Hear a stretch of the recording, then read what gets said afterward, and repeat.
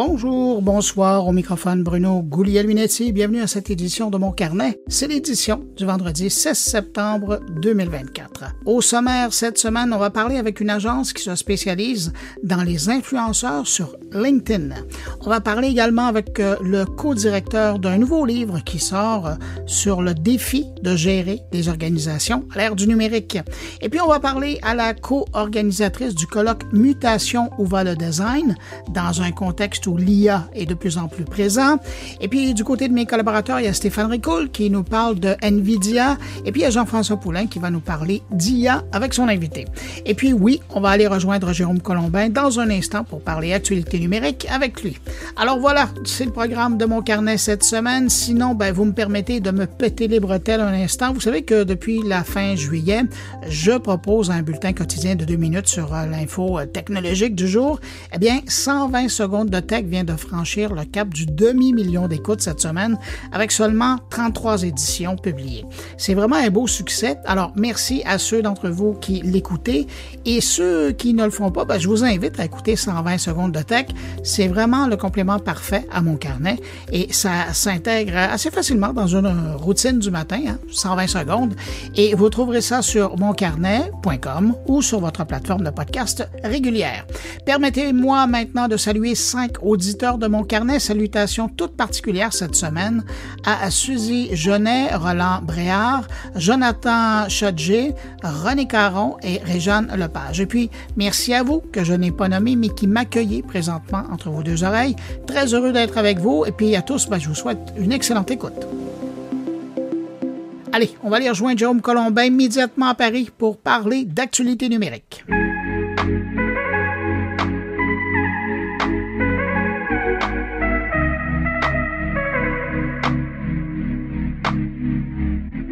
Salut Bruno Guglielminetti, comment vas-tu? Salut Jérôme Colombin, ça va bien toi? Ouais, ravi de te retrouver comme d'habitude dans ton Montréal natal et moi ici à Paris. Ouais, qui n'est pas ton natal. Non. Bon, cette semaine, Bruno, je pense qu'il faut qu'on revienne sur ce sujet qui intéresse beaucoup de gens, cette histoire d'écoute, de surveillance potentielle via nos smartphones, nos téléconnectés, nos assistants vocaux. Parce que moi, j'en ai parlé sur Monde Numérique dans un épisode spécial cette semaine, mais j'avais une approche assez optimiste de ces fuites de la société Cox Media Group. Et toi, tu as une approche et une vision plutôt pessimiste de ça. Ouais, parce que ça vient confirmer une bonne vieille légende urbaine qui disait que nos appareils nous écoutent. Et là, qu'est-ce qu'on voit arriver? C'est que grâce à une fuite d'un document de chez Cox Media Group que tu mentionnais, on découvre que c'est un genre de service dont ils se vantent et auprès de leurs clients potentiels en disant, écoutez, nous, on travaille déjà avec Google, Amazon et Meta en utilisant différents outils, dont celui-là qui nous permet d'écouter ce qui se passe en utilisant le micro des appareils et puis d'un téléphone, mais aussi de d'autres appareils électroniques. Et puis, en conjoncture avec 470 autres données, on met tout ça dans une intelligence artificielle et on arrive à vraiment avoir une expérience, un profil de quelqu'un à qui on peut lui offrir de la publicité ultra personnalisée. Et c'est ça où je trouve un peu, c'est un peu alarmant de voir que, tu sais, Jérôme, faut pas être naïf. S'il y en a un qui se vante, il y en a plusieurs qui le font, mais qui n'en parlent pas. Et c'est un peu ça que je fais comme portrait. Alors, évidemment, cette technologie d'écoute active, je la trouve un peu embêtante. Mais de l'autre côté, ça confirme quelque chose qui nous semblait réel, mais dont on n'avait jamais eu la confirmation. Oui, mais alors moi, je sais pas. Je suis pas convaincu à 100%. D'abord, cette application, cette technologie, Active Listening, on n'a quand même pas beaucoup d'infos dessus. On sait pas trop de quoi ils se vantent.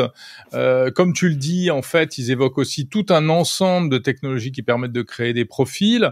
Donc, ce ne serait qu'une petite partie.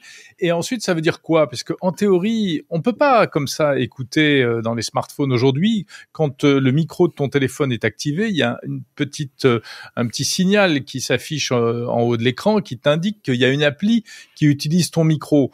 Donc, en principe, les écoutes sauvages comme ça, c'est pas possible.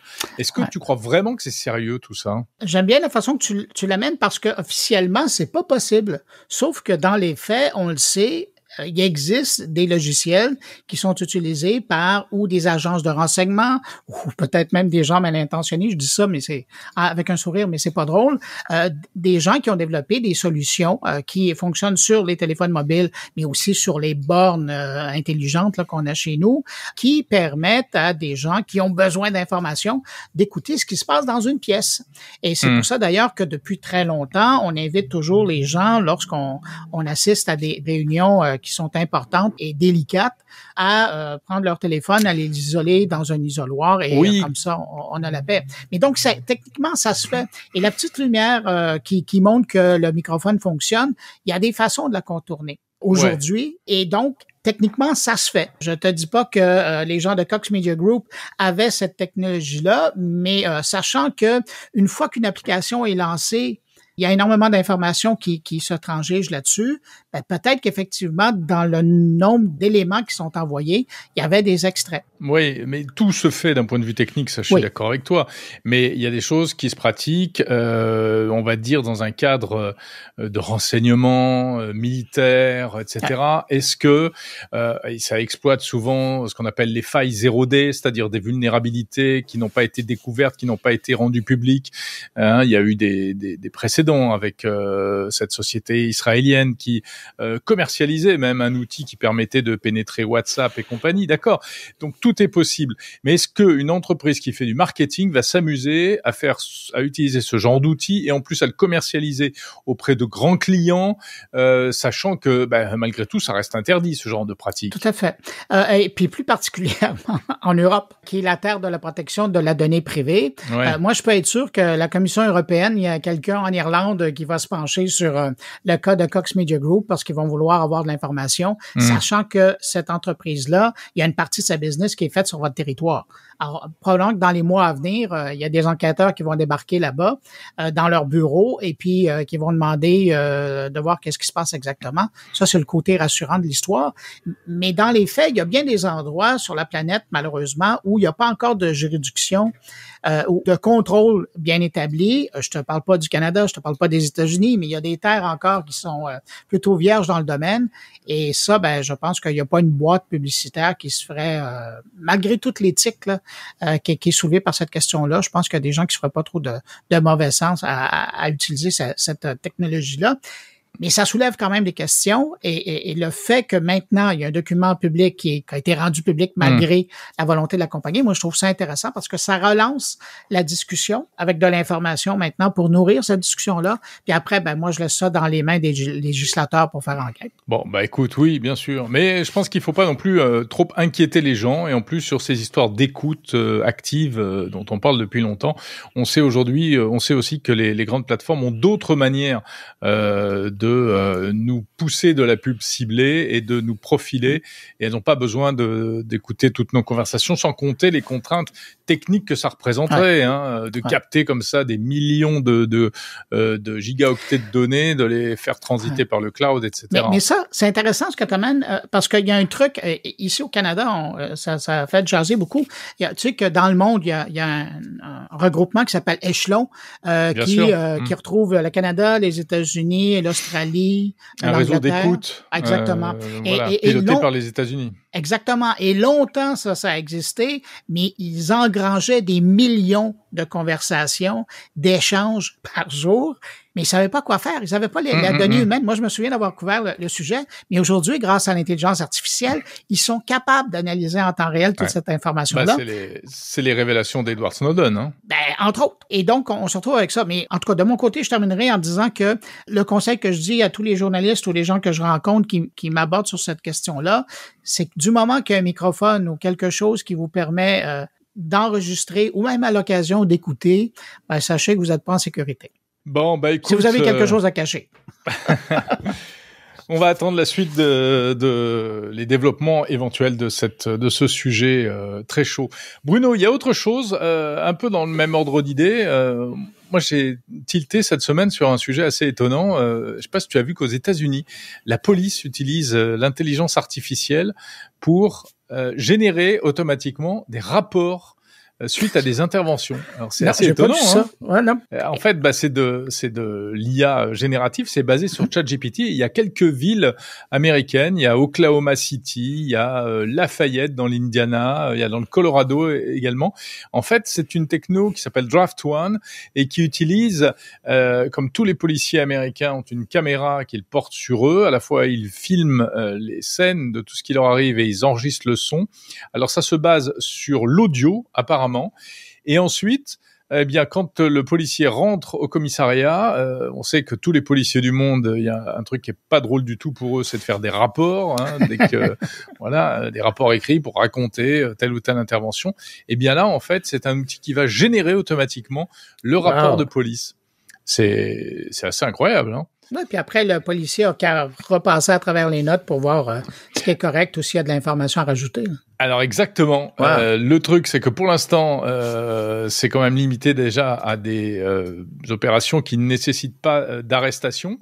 Et surtout, il y a l'obligation pour les policiers de relire et effectivement de vérifier tout ça. Et je crois même que le système injecte artificiellement des erreurs pour tester la sagacité des policiers, tu vois, des détails surréalistes comme ça pour des fausses informations que le policier doit détecter. Et comme ça, c'est une manière de s'assurer qu'il a bien lu le rapport de police. Mais en tout cas, il paraît que les policiers... au même moment, une girafe est passée derrière. Oui, tout à fait, voilà, une girafe est passée derrière. Si tu vois ça, bon, normalement, ça arrive assez rarement quand même. Mais il paraît que les policiers américains qui utilisent ça, ils adorent ce système-là parce qu'effectivement, ça leur fait gagner beaucoup de temps. Restons de ce côté-ci du monde, mais un petit peu plus au sud, au Brésil. Tu as vu ça, toute cette histoire avec X et Elon Musk? Ah bah ouais, qu'est-ce qu'il a fait alors? Qu'est-ce qui se passe au Brésil avec Elon Musk là? J'ai vu qu'il était très énervé encore. Ouais, un peu. Ben, le problème, c'est que Elon Musk et son réseau X avaient des ennuis, ben, ils en ont toujours, avec la justice brésilienne. Et là, il y a un juge qui a demandé d'avoir un répondant parce que X a tout simplement fermé les bureaux au Brésil et le juge a demandé à X ou à Elon Musk d'avoir un répondant officiel au Brésil. Et Elon Musk a dit non, merci. Et le juge a dit, bon, ben, si c'est comme ça, à partir de maintenant, X n'est plus accessible sur le terrain. Alors, ils ont demandé aux fournisseurs d'accès Internet de fermer l'accès, exactement, de couper les accès.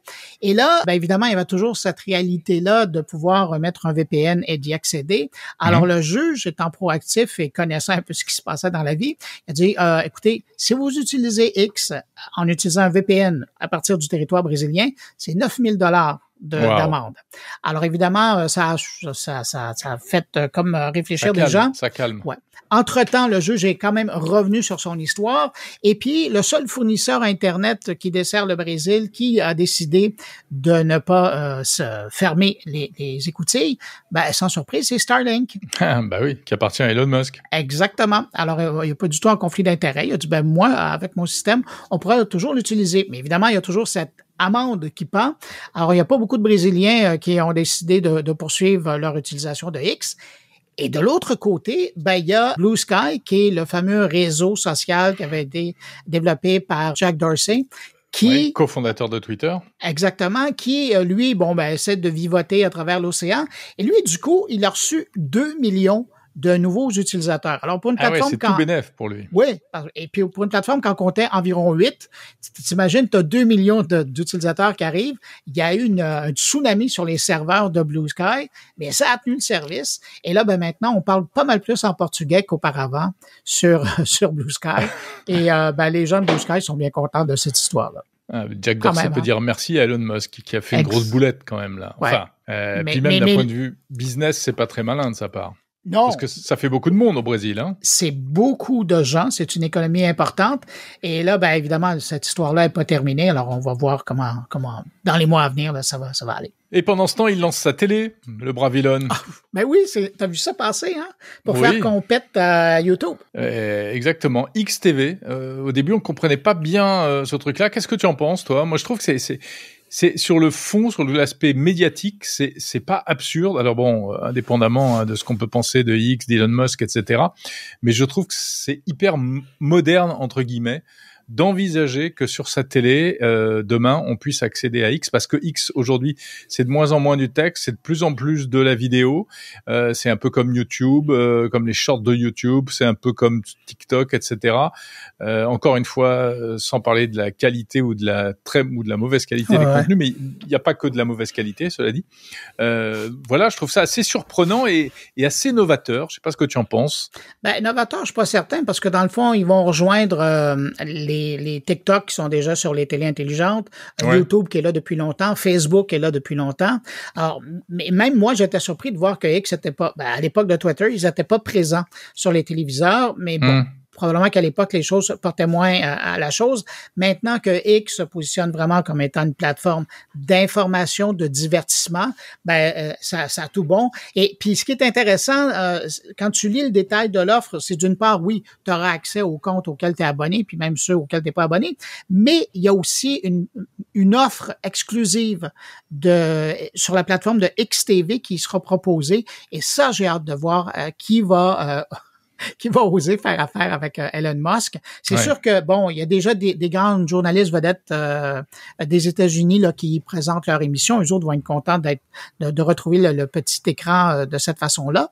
Mais j'ai hâte de voir le reste du catalogue qui sera proposé bientôt. Ouais, bien sûr. Voilà. Non, mais je trouve ça intéressant sur l'aspect média. Alors, tu as raison, il y avait déjà des précédents avant. Finalement, X se contente de faire comme les autres, mais c'est quand même une transformation complète. Oui, pour eux, c'est beaucoup. Voilà, exactement. Du côté de Mon Numérique, là, on est en version régulière. De quoi tu nous parles? Alors, cette semaine, dans l'hebdo, plusieurs intervenants. D'abord, je parle de New Space, ce qu'on appelle en français le New Space, qui est donc la nouvelle conquête spatiale, la nouvelle conquête de l'espace, cette démocratisation, cette privatisation de l'espace.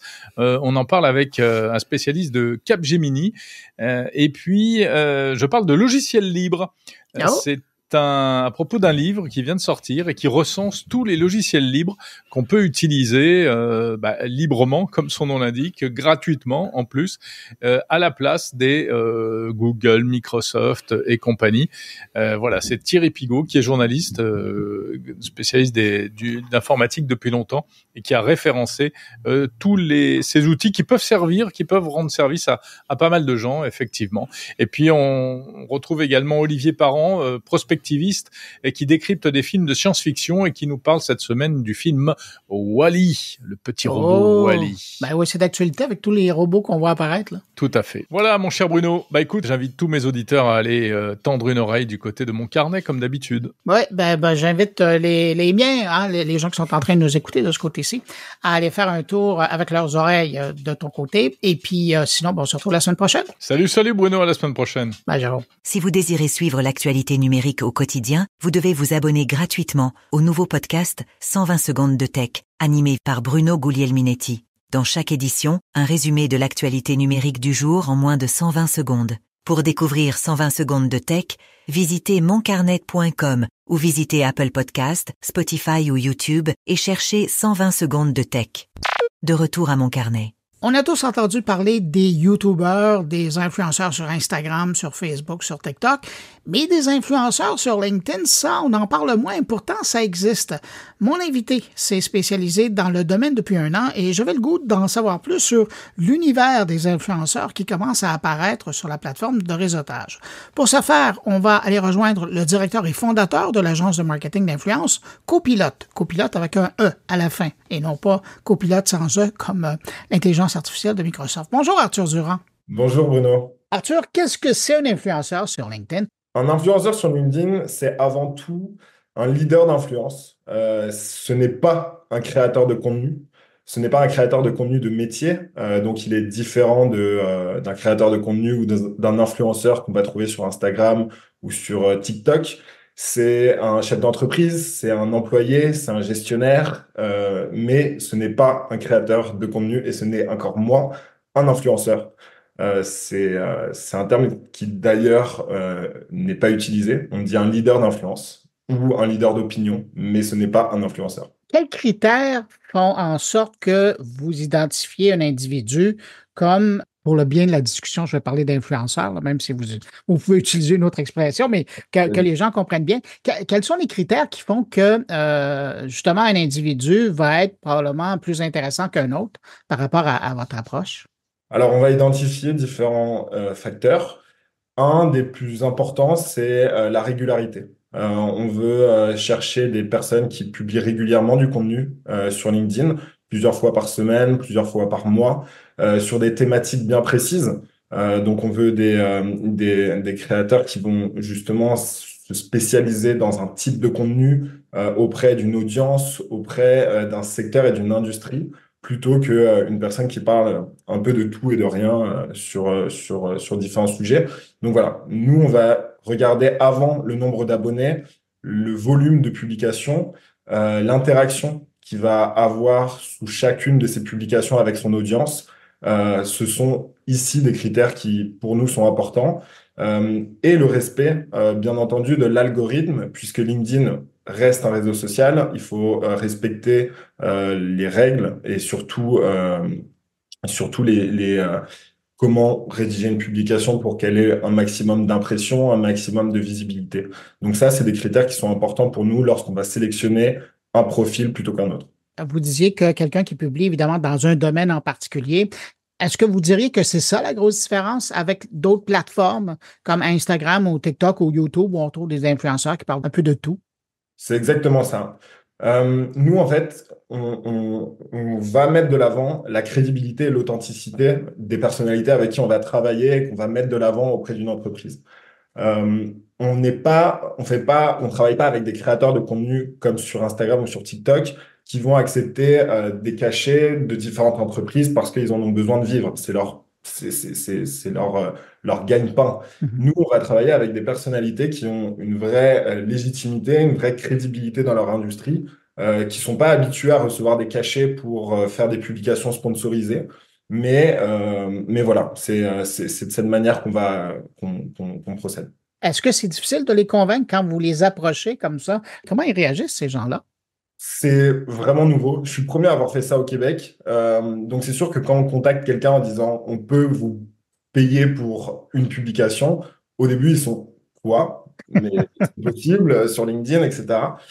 Oui, donc on essaye de leur expliquer que oui, ils ont une visibilité, oui, ils ont une audience et que ça peut se monétiser, en tout cas que ça intéresse des entreprises. Ensuite, bah, tout simplement, on leur propose de manière totalement transparente la campagne. Et en général, on sélectionne des influenceurs, enfin, des créateurs de contenu en fonction de l'entreprise qui nous contacte. Donc, on va pas leur proposer forcément des campagnes qui n'ont pas de sens. En général, c'est des entreprises qu'ils connaissent, qui partagent leurs valeurs, ou alors qui vont pouvoir tester un produit ou un service. Mais c'est rare que la personne me dise, mais je connais pas cette entreprise. Et puis, si ça arrive, bah, je présente l'entreprise, je leur explique, etc., un peu les valeurs. Et puis, bah, parfois, c'est oui et parfois, c'est non. Mais c'est ce que je dis à mes clients, c'est que ça rend les collaborations encore plus saines et encore plus authentiques et crédibles parce que le créateur qu'on va sélectionner n'a pas besoin de cette rémunération pour vivre, pour avoir sa vie. Donc, quand il va lui dire oui, ça va être encore une collaboration qui va être encore plus fructueuse, ça va être beaucoup plus authentique, beaucoup plus vrai, paraître beaucoup plus naturel en fin de compte auprès des décideurs qui vont lire les publications. Donc, ça se fait assez naturellement finalement. Qu'est-ce qui vous a mené vers cette spécialité de faire le lien, le pont entre des clients, des entreprises et des individus sur LinkedIn? Je travaillais beaucoup sur LinkedIn dans mon ancienne vie. J'étais donc en commercialisation. LinkedIn, c'est un réseau qui est une excellente source pour identifier des prospects. Et j'ai vu pendant la pandémie que LinkedIn s'est transformé. Pendant la pandémie, LinkedIn est devenu un réseau social qui n'était plus simplement un échange de CV, un échange d'offres d'emploi, mais un lieu d'expression sur lequel les gens donnaient leur avis, sur lequel les gens avaient compris qu'on pouvait mettre en avant leur entreprise, leur service, en incarnant en fin de compte son entreprise, plutôt qu'en publiant avec une page d'entreprise. Donc, j'ai identifié ça pendant la pandémie en me disant, il y a vraiment un potentiel, il y a vraiment quelque chose qui est intéressant parce que les leaders qui incarnent leur entreprise, qui publient régulièrement donc, du contenu, sont suivis et sont suivis par plusieurs dizaines de milliers de personnes plusieurs fois par semaine. Vous en faites partie, Bruno. Et donc, c'est sur un réseau social, les gens aiment parler avec des gens, les gens aiment voir ce que les gens disent. Donc, j'ai tout simplement vu une opportunité de dupliquer en fin de compte un modèle qui existe. Le marketing d'influence existe depuis longtemps. Il a fait ses preuves sur Instagram, sur TikTok. Et c'était simplement de le reprendre, mais de l'ajuster pour que on puisse travailler sur LinkedIn avec des personnalités qui sont crédibles, authentiques, qui sont des leaders d'influence et qui ne sont pas des influenceurs. Et donc, tout simplement, j'ai lancé Copilot l'année dernière avec cette mission de mettre en relation des entreprises avec les leaders de leur industrie pour que ces derniers fassent la promotion de leurs produits et de leurs services auprès des décideurs sur LinkedIn. Vous le dites, ça fait plus d'1 an maintenant que vous êtes en affaires, que vous travaillez dans le domaine. Comment vous mesurez le succès d'une campagne sur LinkedIn? Alors, normalement, nous, ce qu'on fait, c'est qu'on va déterminer avec notre client. La première question que je pose à mes clients, c'est toujours, pour vous, c'est quoi une campagne à succès? Qu'est-ce que vous attendez de cette campagne? On va vraiment aller chercher de la visibilité, de la notoriété. Donc, on est toujours à travailler main dans la main avec les créateurs qu'on va sélectionner et notre client pour faire des publications qui vont créer des discussions, créer de l'engagement. Et c'est vraiment ça, en fin de compte, qui va faire la différence. On va regarder, bien entendu, des chiffres comme le nombre d'impressions, le nombre de commentaires, le nombre de likes, etc. Mais c'est surtout les discussions qui vont être intéressantes en fonction des différentes campagnes qu'on va faire. Donc voilà, on va vraiment regarder différents critères, mais on a différents clients qui ont des attentes totalement différentes. Donc voilà, c'est vraiment là-dessus qu'on travaille. C'est intéressant que vous parlez des attentes parce que c'est justement ma prochaine question. Comment vous gérez leurs attentes par rapport à une campagne d'influence sur LinkedIn? Tout simplement en communiquant avec eux, en essayant de les éduquer sur LinkedIn, déjà, parce que on n'est pas sur les mêmes codes que sur Instagram ou sur TikTok. Donc ça, c'est important de le mettre de l'avant. LinkedIn n'est pas un réseau qui est dédié à faire du marketing d'influence, contrairement à d'autres plateformes. On a différentes choses qui peuvent bloquer, en fin de compte, le déroulement d'une campagne d'influence sur LinkedIn. Donc, c'est vraiment de l'éducation, c'est vraiment de leur expliquer que nous, ce qu'on va faire, c'est une campagne de visibilité, de notoriété. C'est d'avoir des décideurs qui vont faire la promotion de votre entreprise de manière extrêmement crédible, mais surtout, en fait, on n'est pas sur une dynamique de quantité, on est vraiment sur une dynamique de qualité. On est dans l'ordre de la relation publique plutôt que du marketing. Exactement. De la publicité, ouais. Exactement. On est un peu entre les deux, justement. Ouais. Est-ce qu'il y a des industries, est-ce qu'il y a des secteurs qui sont plus actifs que d'autres dans votre clientèle quand vous regardez ça? On est principalement sur le secteur B2B, donc toutes les entreprises qui veulent s'adresser à des décideurs d'autres entreprises, mais on a cette possibilité d'avoir fait des campagnes sur différents secteurs, différentes industries. On est assez polyvalent. Ce que je dis à mes clients, c'est que si vos décideurs, si les gens que vous souhaitez atteindre sont sur LinkedIn, alors on peut collaborer ensemble. Alors, il y a des leaders d'influence qui prennent la parole sur LinkedIn. Alors vous avez une possibilité d'aller toucher votre audience et les décideurs en question. Il y a quelque chose qu'on reprochait beaucoup aux influenceurs à une certaine époque. C'est moins le cas, mais à l'occasion, ça arrive sur d'autres plateformes. Évidemment, c'est la transparence, l'authenticité des collaborations. Comment vous gérez ça du côté de LinkedIn? Les gens sont pas bêtes, c'est ce que je dis toujours à mes clients.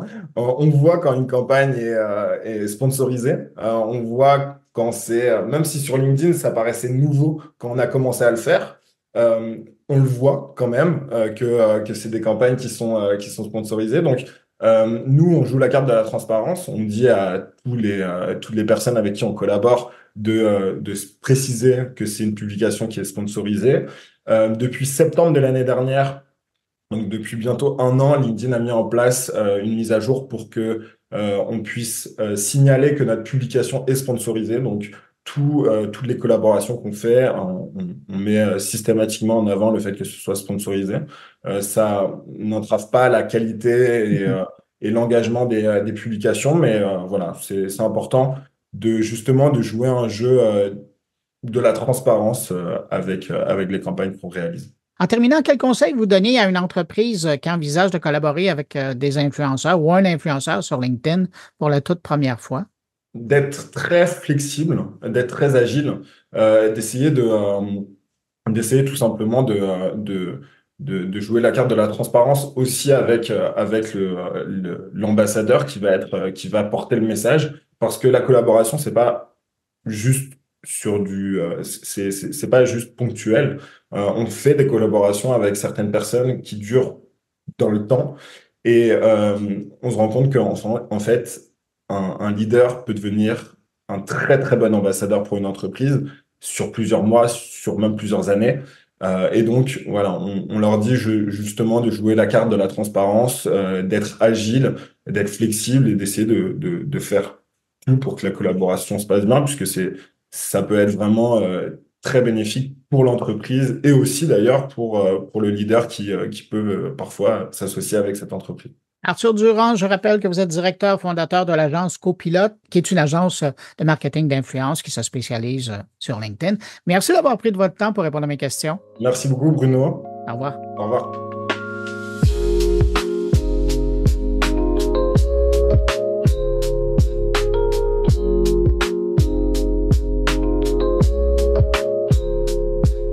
Transformation numérique, réseau social, télétravail, travailleurs nomades, intelligence artificielle, le monde du travail change vraiment beaucoup. Certains diraient qu'il évolue trop vite, mais c'est dans ce contexte que vient de paraître aux presses de l'Université du Québec un nouvel ouvrage qui porte sur la gestion d'organisation en 2024.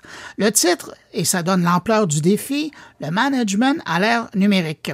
Pour parler de l'ouvrage et des thèmes qu'il aborde, je reçois le professeur adjoint au HEC Montréal et co-directeur de l'ouvrage. Bonjour Xavier Parent-Rochelot. Bonjour. Si je vous demandais pourquoi maintenant, pourquoi publier ce livre maintenant?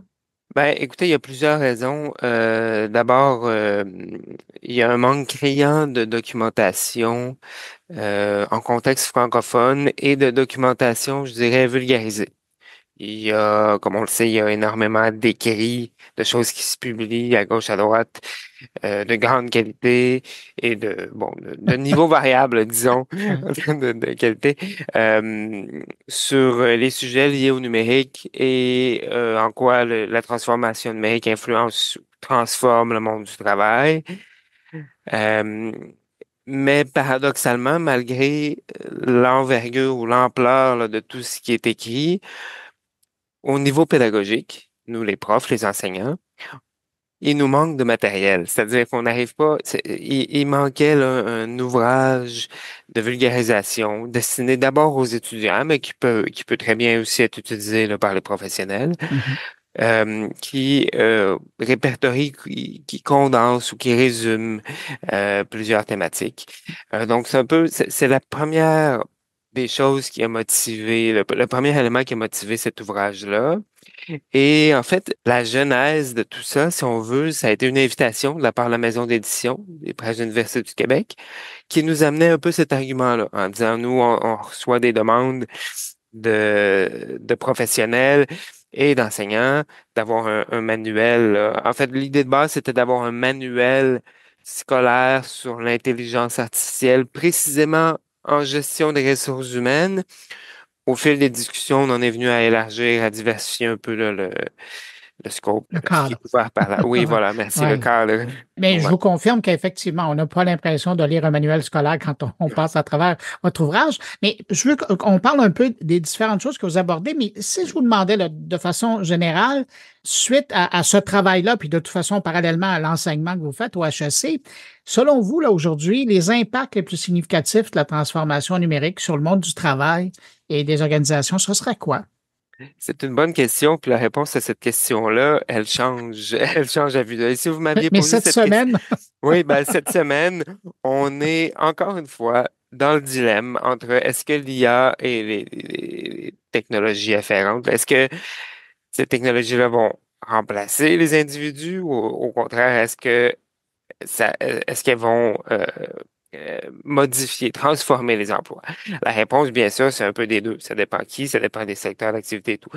Ce qui est là où je dis que cette question-là évolue, c'est qu'il y a quelque temps, on avait un peu délaissé la question de la disparition des emplois.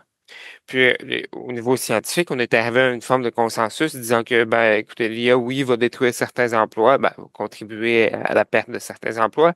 En revanche, elle va en créer beaucoup d'autres, comme la plupart des évolutions technologiques majeures qu'il y a eu dans le passé. Bon. Donc, ça, c'était le consensus. Jusqu'à temps qu'arrive l'IA générative. Puis, elle ravive ou a ravivé la question de la disparition des emplois parce que là, on le voit d'ailleurs avec un rapport là, qui est sorti cette semaine par Statistique Canada, on voit qu'il y a il y a beaucoup de compétences là, qui peuvent être remplacées ou beaucoup de choses qui peuvent être faites par l'IA générative, puis c'est menaçant, c'est préoccupant en fait.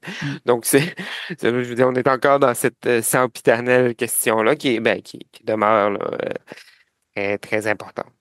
Mais dans ce contexte-là, quelqu'un comme vous qui est concerné par la formation, les compétences de gestion, c'est un méchant défi, ça, quand on ne sait pas sur quel pied danser et on voit les choses avancer, mais on ne voit pas nécessairement dans quel sens elles avancent. Oui, effectivement. Il y a quand même des certitudes ou des valeurs sûres. Là, tu sais, il y a certains remparts contre la désuétude de l'humain, de l'individu au travail. Puis ces remparts-là, ben, c'est entre autres les compétences qui ont trait à l'utilisation responsable de l'IA, à la réflexivité par rapport à ça. Puis ce qu'on appelle les soft skills, trois principaux éléments-là, on sait que plus tu utilises l'IA de façon responsable, puis moins tu es à risque de voir ton emploi disparaître. Là. Au moins, tu es à risque d'automatisation, si on veut. Puis, c'est ça, la réflexivité. Et puis, bien sûr, il y a les soft skills qui, elles, sont... Bon, on le voit là, d'ailleurs dans le rapport de Statistique Canada, plus un emploi a un niveau élevé de compétences qui est soit relationnelles ou même affectives, ben, moins il est à risque d'automatisation. Donc, mais effectivement, ça pose beaucoup de défis à la fois dans ce qu'on enseigne, mais aussi, et là, c'est une autre question, mais dans la façon dont on l'enseigne avec les questions qui ont qui ont trait à l'IAG en éducation. Mais dans l'ouvrage, il y a plusieurs chapitres qui abordent les risques associés à l'intelligence artificielle. Si vous en aviez à sortir un ou deux là, par rapport aux principaux défis éthiques sur cette utilisation des technologies par les entreprises, ce serait quoi? Bonne question. Il y a la question des biais, hein, dont on parle beaucoup, puis pour laquelle on a encore assez peu de solutions. Du moins, il y a des choses en discussion, mais il y a peu de choses accessibles là, pour le commun, la plupart des organisations comme solution. Donc, c'est à la fois les biais dans les données. Ben, bon, les biais peuvent être à différents niveaux, mais à la fois les biais qui ont liés à la conception d'un outil, les biais liés à l'alimentation d'un outil d'IA, les biais puis en ressources humaines, on est très préoccupé par ça particulièrement parce que les données qu'on utilise pour alimenter l'IA sont souvent, de façon inhérente, là, sont souvent remplies de biais. Donc, il y a les données, mais il y a aussi les biais liés à l'utilisation. Et ça, c'est un des enjeux qui est abordé dans le livre et je pense que c'est un des enjeux fondamentaux. Là. Ben, en tout cas, du moins pour la gestion des ressources humaines, mais je pense que plus largement aussi. Sinon, moi, j'aime un enjeu qui me tient à cœur, c'est l'encadrement légal. Et il y a un très bon chapitre, voire même deux là, dans le livre à ce niveau-là. L'encadrement juridique de l'IA au travail particulièrement et la nécessité d'avoir un organe de régulation au niveau mondial parce qu'il y a des avancées légales, bien sûr, ici, mais ailleurs, surtout ailleurs, je vous dirais. Ici, c'est en discussion. Ça s'en vient aussi. Mais c'est loin d'être le cas partout dans le monde. Et puis, on sait que l'IA, elle, n'a pas de frontières. Donc, il faut réfléchir en termes d'organes de régulation mondiale. Donc, il y a des discussions, certains auteurs qui abordent ça dans le livre et je pense que c'est un des enjeux les plus fondamentaux. Le livre met aussi de l'avant l'importance de la formation continue. Ça, c'est comme clair quand on lit, là. Qu'est-ce que vous recommandez aux entreprises pour bien préparer leurs employés aux changements qui vont arriver avec l'intelligence artificielle? Il y a d'abord un enjeu dans l'identification des compétences et on n'a pas encore la réponse parfaite à ça, mais il faut trouver une façon accessible et relativement facile pour les organisations d'identifier quels sont les besoins en compétences pour les employés. C'est le nerf de la guerre. Ensuite de ça, bien sûr, il faut développer une offre qui vient répondre à ces besoins-là. Et je vous dirais qu'on est encore à un stade assez préliminaire là, du côté des deux côtés, du côté de l'identification des compétences et du côté de développement de l'offre. Là où les organisations ont le plus de poids, c'est bien sûr du côté de l'identification des compétences, d'ouvrir le dialogue avec les employés, d'observer aussi, de suivre l'évolution de l'utilisation de l'IA. Et il y a un autre sondage qui est sorti il n'y a pas très récemment, qui lui est fait a été réalisé par l'Ordre des conseillers en ressources humaines agréées, qui apporte un éclairage intéressant, là, entre autres au niveau de l'utilisation de l'IA générative par les employés. Parce que c'est facile pour une entreprise de dire, ben moi, j'ai implanté comme organisation un outil d'IA, donc voici, ça impose certains besoins en compétences. Là où l'entreprise le voit pas, là où l'employeur le voit pas nécessairement, c'est dans l'IA générative que monsieur, madame, tout le monde utilise là, maintenant avec Copilot, etc. C'est imbriqué dans les outils de bureau qu'on utilise. Mais donc, ce que le sondage amène, comme ce que le sondage démontre, c'est que très, très peu d'employeurs font cet effort-là de suivre l'utilisation de l'IA générative, mais il y a aussi un paquet de nouvelles compétences là, liées à ça. Donc, je pense que ce que l'employeur peut faire en premier lieu, c'est identifier les compétences et bien sûr, ensuite investir dans le développement de ces compétences-là. Encore faut-il que l'offre de développement des compétences soit au rendez-vous. On y travaille là, dans le milieu universitaire, mais pas que. Hein. Il y a toutes sortes de paliers là, où ces compétences-là peuvent être développées. On a beaucoup parlé d'intelligence artificielle, mais votre livre, c'est pas que l'intelligence artificielle. Vous touchez à d'autres sujets, notamment au travail hybride. Quels conseils vous donnez aux gestionnaires pour bien encadrer leur équipe dans ce contexte-là? Ouais, c'est difficile, mais un des mots-clés, c'est la flexibilité, autant que possible. Et on est tout le monde est conscient des besoins, des enjeux organisationnels liés au retour au travail. Mais je pense que la flexibilité, là, s'il y a une chose qui est transversale parmi les nombreuses études qui sont sorties sur cette question-là, c'est la notion de flexibilité, autant que possible, de donner le choix. Les endroits où ça se passe mal, c'est les endroits où il y a un retour forcé, rigide. Puis on le voit actuellement là, dans certains secteurs. Puis c'est sûr que les syndicats aussi en font de plus en plus un cheval de bataille. Donc, le mot-clé flexibilité. Écoute, bon, je pense que ça passe beaucoup par le soutien aussi qu'on a avec ça. Tu sais. Rien de pire qu'une mesure imposée, puis d'un gestionnaire qui va nous dire, ben, c'est comme ça, c'est tout, tu sais, je peux rien faire d'autre pour toi. Et de deux, c'est adapter l'organisation du travail. Ça, on l'a répété à plusieurs reprises. C'est beau de dire on va travailler en hybride, mais si ça donne rien de venir au bureau, les gens voudront pas y aller. Hein? Donc, il faut adapter l'organisation du travail, faire en sorte que le temps passé au travail, au bureau, c'est-à-dire en présentiel, est une valeur ajoutée. Vous avez mentionné les syndicats, je vais revenir là-dessus. Comment vous pensez qu'ils peuvent, les syndicats, là, s'adapter à cette ère numérique en restant pertinents pour les travailleurs? Il y a mon collègue ici, Vincent Pasquier, qui est spécialiste de cette question-là. Et en fait, ce qu'il vous dirait, c'est que les syndicats auraient peut-être davantage à continuer à s'intéresser à la question de la destruction des emplois parce que c'est ce qui les préoccupe le plus, mais aussi à s'intéresser peut-être davantage à la question de la transformation des emplois, puis au développement des compétences que ça sous-entend, à l'encadrement de l'IA dans les organisations et c'est de s'efforcer d'avoir une voix, de prendre part au processus décisionnel quant à l'adoption de l'IA dans les organisations. Parce que les acteurs syndicaux, trop souvent, sont en réaction et arrivent un an après l'adoption d'une technologie, voire même 2 ans, quand c'est temps de renégocier la convention, ou encore un autre scénario, c'est que les syndicats se retrouvent avec des griefs pour lesquels ils ne sont pas trop outillés. Donc, c'est ça, là, il y a plusieurs niveaux. D'abord, s'outiller pour pouvoir bien défendre leurs membres. Ça commence par, au sein même des fédérations, des centrales syndicales, se doter d'un bagage de connaissances et de compétences à ce niveau-là. Deuxièmement, s'intéresser davantage à la question de la transformation des emplois. Puis troisièmement, d'établir le dialogue. Là. Je pense que, tu sais, dans le monde des relations de travail, on est beaucoup dans une opposition de l'approche traditionnelle versus l'approche plus renouvelée. Ben là, je pense que quand on parle d'IA, là, il faut vraiment viser. La confrontation fonctionne très peu. Il faut que les syndicats prennent part dans une approche dialogue collaborative aux décisions technologiques avec l'employeur.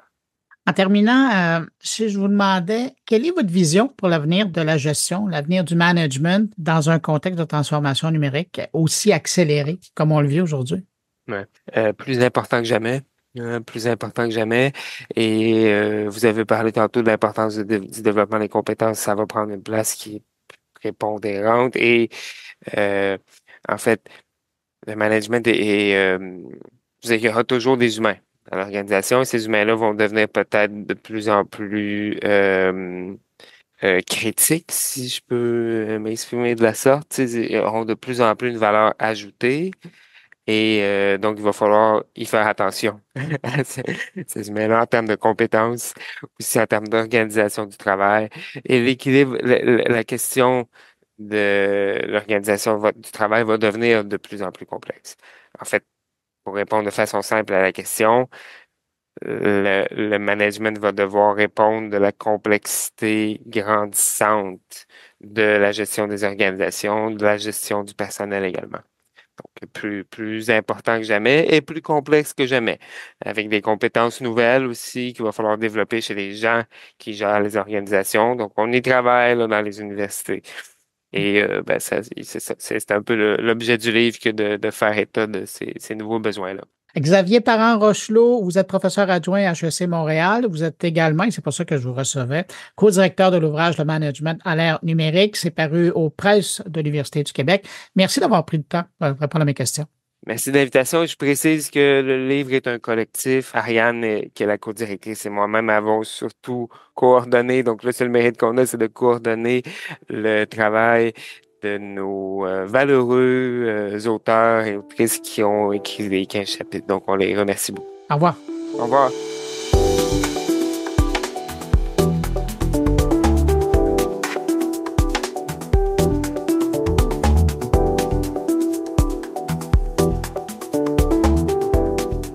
Le temps passe vite. L'École de design de l'UQAM va fêter ses 50 ans cette année.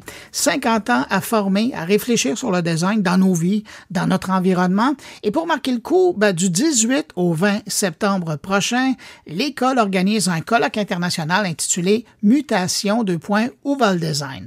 Pour nous parler de l'événement, mais surtout de l'impact de l'IA dans le design, on retrouve la professeure à l'École de design et co-organisatrice du colloque. Bonjour, Amandine Alessandra. Bonjour, Bruno. J'aurais le goût de vous demander, quand on parle de design, on ne pense pas nécessairement à l'intelligence artificielle. Et pourtant, vous, comme enseignante, où vous voyez l'arrivée de l'intelligence artificielle changer les choses dans le monde du design? Je dirais que l'intelligence artificielle est arrivée très, très vite dans nos professions, vraiment d'un coup. Et puis, on a été obligé de l'intégrer très vite aussi parce que finalement, dans l'industrie, ça a été intégré assez vite. Même s'il y a, bien sûr, d'un côté une résistance, mais il y a aussi un engouement. Et puis, il faut faire avec, qu'on soit pour ou contre, c'est là de toute façon.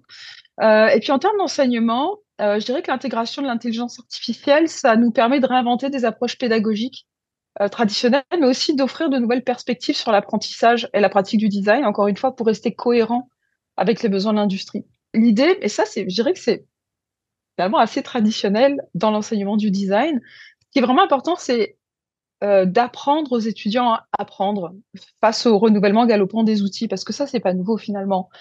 Des transitions, alors peut-être pas aussi fracassantes que celle à laquelle nous sommes face maintenant, mais des transitions technologiques, il y en a eu de nombreuses, et le design s'est toujours très bien adapté, a su même en tirer parti. Et ce qui fait que, d'une part, de toute façon, on a une génération d'étudiants, d'étudiantes devant nous qui s'adaptent très facilement aux nouvelles technologies. Ils et elles arrivent même en cours avec des nouveaux outils à peine sortis. Donc, ils et elles sont très, très curieuses et malléables. Et ça, c'est vraiment quelque chose, ça fait partie de la personnalité du ou de la designer à vie. Ouais. C'est-à-dire que toute sa vie en design, et ça, c'est pas propre à leur génération, toute sa vie en design, on doit s'habituer à savoir qu'on ne sait pas, à apprendre les nouveaux outils, à adapter sa pratique. Et c'est vraiment très banal en design d'apprendre de nouveaux outils pour chaque projet. C'est pas très extraordinaire, c'est assez normal. C'est juste que là, des outils nouveaux, excitants, stimulants, il y en a qui sortent, on en découvre toutes les semaines. Je vais revenir au volet enseignement parce que ça m'intéresse, mais juste avant, parce que il y a des gens qui nous écoutent et qui ont vraiment aucune idée de où on pourrait voir l'intelligence artificielle dans le contexte du design. Est-ce que vous pourriez donner un ou deux exemples? Moi, par exemple, j'enseigne la photographie et l'image médiatique. Donc, déjà, on dit plus juste photographie, mais bien image médiatique. Parce que c'est-à-dire qu'on va pas forcément faire de la photo avec un appareil photo. Et ça, c'était déjà le cas de toute façon avant l'intelligence artificielle, enfin, avant que ce soit démocratisé, en tout cas. C'est-à-dire que maintenant, des photos, ça peut se créer à partir de textes. En termes je pense à mon collègue directeur de programme Sylvain Allard qui enseigne l'emballage. Pour tout ce qui est prévisualisation, pour lui, je sais que c'est un outil extraordinaire dans son cours qui donne je sais pas s'il y avait besoin d'un nouveau souffle, mais en tout cas dont il se sert vraiment beaucoup dans son cours. Donc je dirais dans tout ce qui est prévisualisation, dans tout ce qui est contenu audiovisuel aussi, par exemple il y a des outils de montage mais extraordinaires qui auraient pris avant des équipes et des budgets vraiment importants pour avoir ces résultats. Et tout d'un coup on a des étudiants qui arrivent à des rendus avec des projets d'une qualité professionnelle, ça c'est normal, c'est ce qu'on attend, mais un projet dont on pourrait penser que le budget a été incroyable et qu'il y avait une grande équipe derrière, peut-être avec des maquilleurs, des monteurs, des outils 3D, des choses comme ça, alors que c'est quelque chose qu'il ou elle a fait tout seul chez lui, chez elle. Comme un professionnel comme vous, vous cheminez, puis vous le disiez, hein, on s'attend à avoir des nouvelles technologies arriver, mais là, ce coup-ci, vous avez été vraiment, comme dans d'autres domaines, bousculé par l'arrivée de l'intelligence artificielle et tout ce qui en a percolé là, dans l'intégration dans différents outils. Comment vous, comme enseignant, vous vous adaptez à ça? Je dirais qu'on l'embrasse. C'est quelque chose qu'on embrasse de toute façon. C'est sûr que jusqu'à il y a quelques années, quand on enseignait, on connaissait son cours, il y avait des bases, des acquis à avoir. Et là, on accepte que pendant qu'on fait son cours, pendant la session, il va y avoir des nouveaux outils, des nouveaux enjeux dont il va falloir parler. Je pense aux élections américaines qui arrivent. On peut s'attendre à ce qu'il y ait des deepfakes, des manipulations d'images. Je ne sais même pas pourquoi je parle au conditionnel parce que il y a déjà eu ces enjeux-là qui sont sortis dans la presse. Donc ça, ce sont des choses qu'on va observer, qu'on va étudier, qu'on va peut-être exploiter dans nos cours. Donc c'est la manière dont on l'embrasse et puis c'est de présenter des nouveaux outils à chaque session, en fait, des outils. C'est drôle parce que je pense à des nouveaux outils que je montrais il y a peut-être un an, donc il y a 2 sessions dans mon cours, dont je ne vais même pas parler cette année parce qu'ils sont rendus obsolètes. Mais aussi, tout simplement, je dirais il me semble que c'est vraiment très, très difficile de ne pas s'en servir, qu'on le veuille ou non maintenant, même si on le refuse, dans la mesure où la suite Adobe, dont les designers se servent beaucoup, maintenant utilise beaucoup tout ce qui est l'intelligence artificielle générative. Donc, c'est-à-dire que si on va sur Photoshop, ce serait vraiment se donner beaucoup de mal de vouloir contourner les outils d'intelligence artificielle, dans la mesure où maintenant on peut faire de la retouche à partir de texte. On va rentrer dans une boîte, une commande, et on va dire comment on veut retoucher l'image, alors qu'avant il fallait maîtriser ses outils, maîtriser des calques, regarder des vidéos pendant des heures, alors que là c'est un peu comme si on avait un assistant à qui on explique à peu près ce qu'on veut, à qui on fait reprendre la tâche si c'est pas bien. Donc ce serait très difficile de l'éviter en fait. Mais à vos yeux, est-ce que votre travail a changé? Disons, un enseignant, une enseignante, là, il y a 10 ans, qui donnait votre cours, et vous, aujourd'hui, c'est plus du tout pareil. La base est la même, mais la démarche est plus du tout la même. Oui, la démarche est plus du tout la même. Et encore une fois, je mettrai l'accent sur le fait que une des choses importantes, un des objectifs du cours, des cours, je pense en général dans notre programme, c'est que les étudiants apprennent à apprendre. C'est-à-dire que les outils qu'on va leur montrer, c'est sûr qu'ils seront plus bons dans quelques temps. Ça dépend des outils. Il y en a qui auront plus de durée que d'autres. Mais c'est pas ça qui est important. Ce qui est important, c'est d'avoir confiance en soi, de savoir ce qu'on veut achever, de savoir qu'un outil, ça s'apprend, de savoir que les nouveaux outils sont de plus en plus intuitifs, de plus en plus démocratisés, que ce soit économiquement ou en termes de facilité d'usage. Donc c'est plutôt cette mentalité-là, cette confiance en soi, avoir confiance, avoir une espèce d'ambition dans ces projets, en fait, parce que tout d'un coup, ces outils incroyables permettent d'avoir une ambition. C'est ça qui a changé, je pense. C'est qu'avant, même, je dirais, il n'y a pas si longtemps, on apprenait aux étudiants à faire avec ce qu'on avait. Je pense notamment, on a tous donné des cours pendant la pandémie. Un cours de photo pendant la pandémie, c'était quelque chose. Mais il fallait enseigner aux étudiants, faites avec ce que vous voulez. Est-ce que vous avez une fenêtre? Est-ce que vous avez des objets chez vous réfléchissants qui peuvent servir de réflecteurs, et finalement, ils arrivaient à faire des rendus assez professionnels. Et là, c'est le contraire. Tout d'un coup, on a une espèce de richesse d'outils. C'est tout le contraire, en fait. Autant on était dans une austérité de moyens, et là, on est dans une espèce de richesse presque décadente de moyens.